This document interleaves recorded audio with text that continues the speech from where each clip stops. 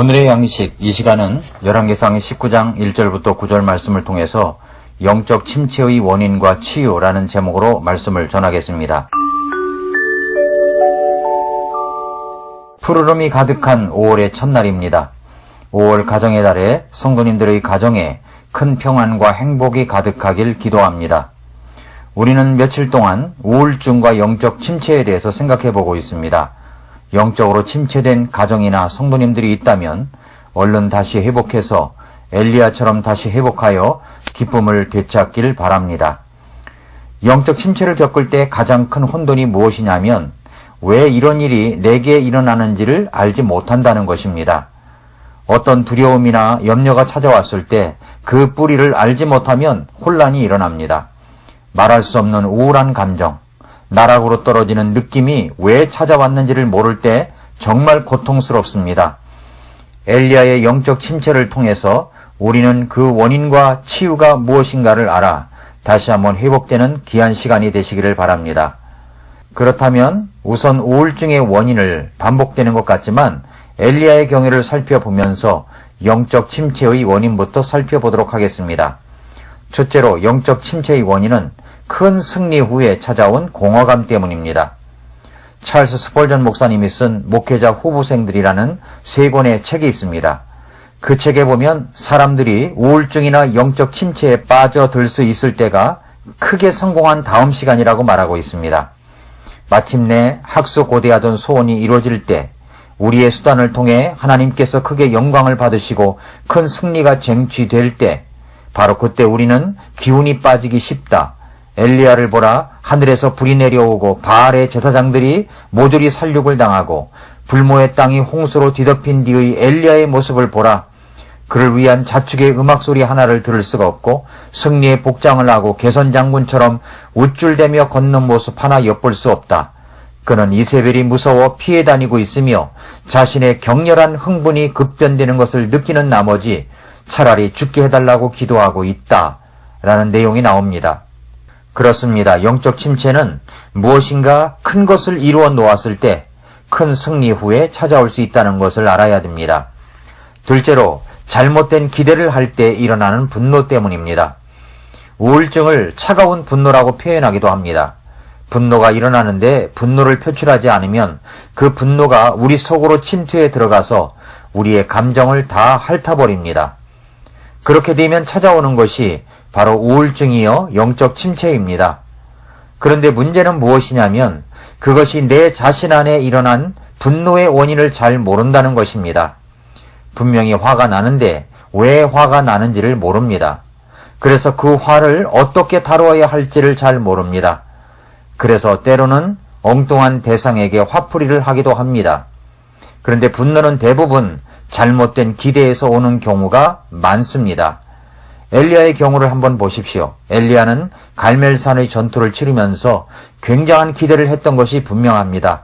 이스라엘의 변화가 일어나고 그리고 아합의 회개와 이세벨이 거꾸러지는 것을 볼 줄 알았는데 갑자기 이세벨이 자신을 죽이려고 달려드니까 현실은 너무나 기대하고 달랐습니다. 이스라엘은 부흥도 변화도 없었습니다. 아합과 이세벨은 더 포악해졌습니다. 이러한 모습을 본 엘리야는 기대와는 전혀 다른 일들이 일어나는 것을 보고 그는 정말 좌절하였던 것입니다. 그래서 그 순간에 드는 것이 포기하고 싶은 마음이었습니다. 이제 더 이상 기대도 안 하고 이런 뜻있는 일도 하고 싶지 않았습니다.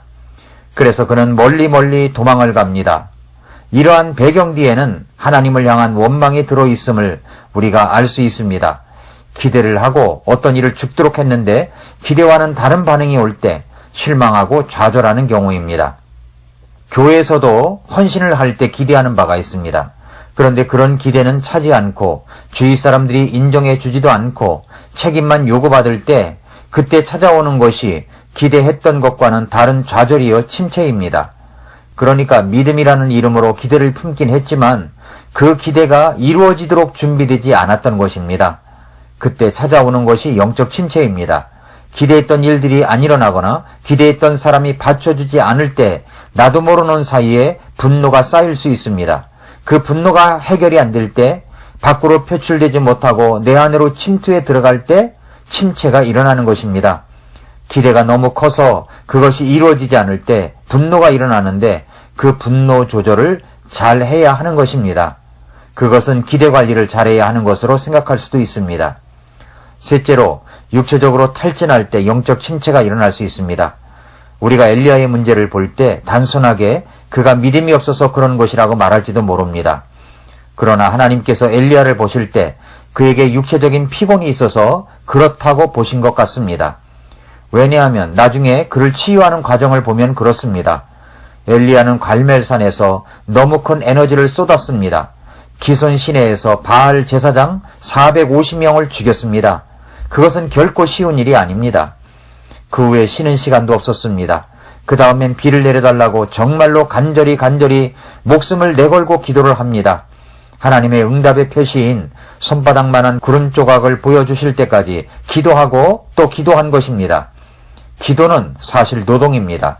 엄청난 노동입니다. 말씀을 준비하여 전하는 것도 엄청난 에너지를 쏟는 일입니다. 기도도 엄청난 에너지를 쏟는 일입니다. 엘리야는 엄청난 에너지를 쏟았습니다. 기도는 노동입니다. 그리고 비가 왔을 때 그는 하나님의 능력을 힘입어 갈멜산에서 이스라엘로 들어가는 곳까지 아합 앞에서 달려갔습니다. 무려 26km 되는 거리를 마차보다 더 빨리 달렸습니다. 얼마나 힘이 들었겠습니까? 영과 혼과 육은 서로 연결되어 있습니다. 서로 영향을 주고 있습니다. 육체적인 탈진 현상이 일어나면 영적인 침체까지 일어나게 되는 것입니다. 넷째로, 피곤한 상태에서 공격받을 때 영적 침체가 일어날 수 있습니다. 엘리야는 피곤한 상태에서 이세벨에게 공격을 받았습니다. 우리를 우울하게 만드는 것은 비난과 공격을 받을 때입니다.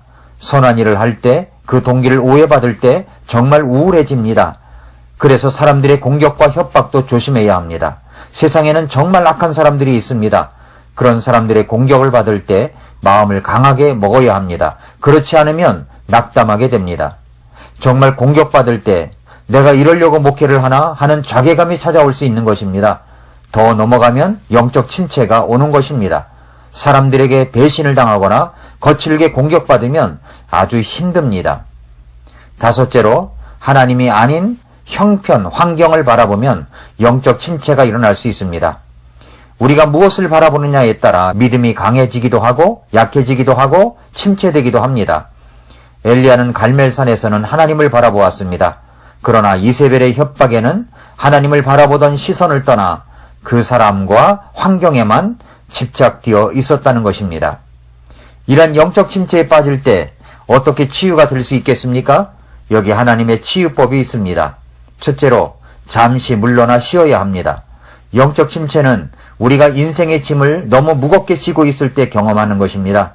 짐이 무겁다고 느껴질 때 찾아옵니다. 엘리야의 짐은 너무나 무거웠던 것이 분명합니다. 자신의 기대와는 다른 반응이 나타나자 그는 순식간에 마음이 무너졌습니다. 그래서 그는 로뎀나무 밑으로 갔던 것입니다. 우리도 그럴 필요가 있습니다.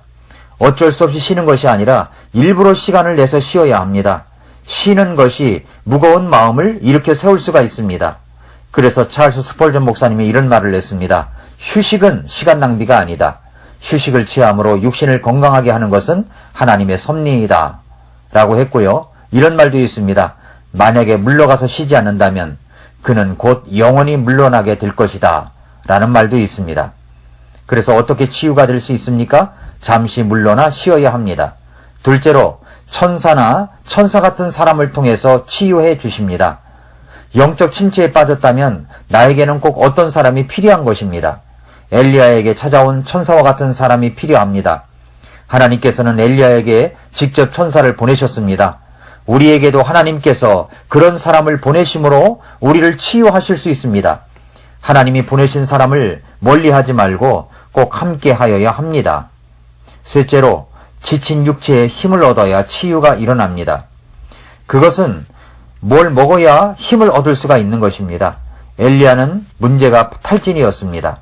그의 지친 육체는 충분한 영양 공급이 일어날 때 치유가 일어나는 것입니다. 굳어진 몸을 풀어주시고 막힌 맥을 뚫리게 해주셨습니다.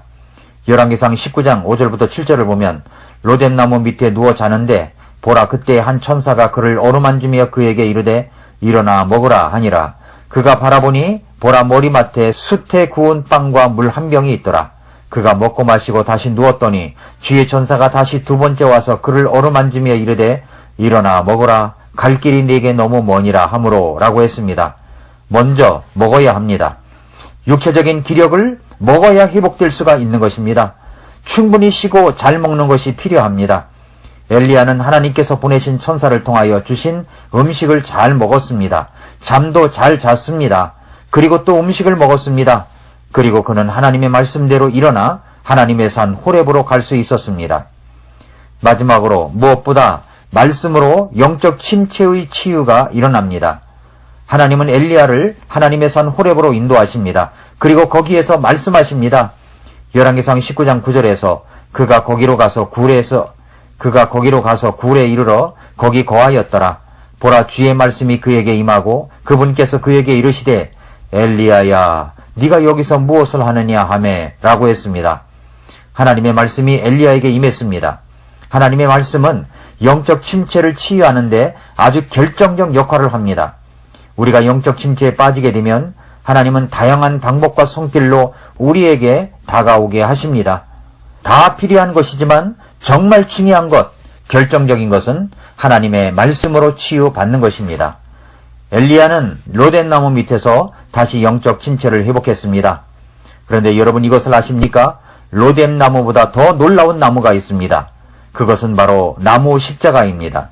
다시 말해서 십자가의 사랑 예수님을 만나는 것입니다. 십자가 밑으로 나와 우리의 짐을 푸는 것입니다. 힘들고 낙심될 때 십자가 밑으로 나와 예수님을 만나십시오. 그 예수님께서 말씀하셨습니다. 수고하고 무거운 짐진 모든 자들아 너희는 내게로 오라. 내가 너희에게 안식을 주리라. 사랑하는 성도 여러분, 하나님은 우리의 영적 침체의 고통을 아시는 분이십니다. 우리가 힘들어 쓰러질지라도 달려오셔서 우리를 품 안에 안으시는 분이십니다.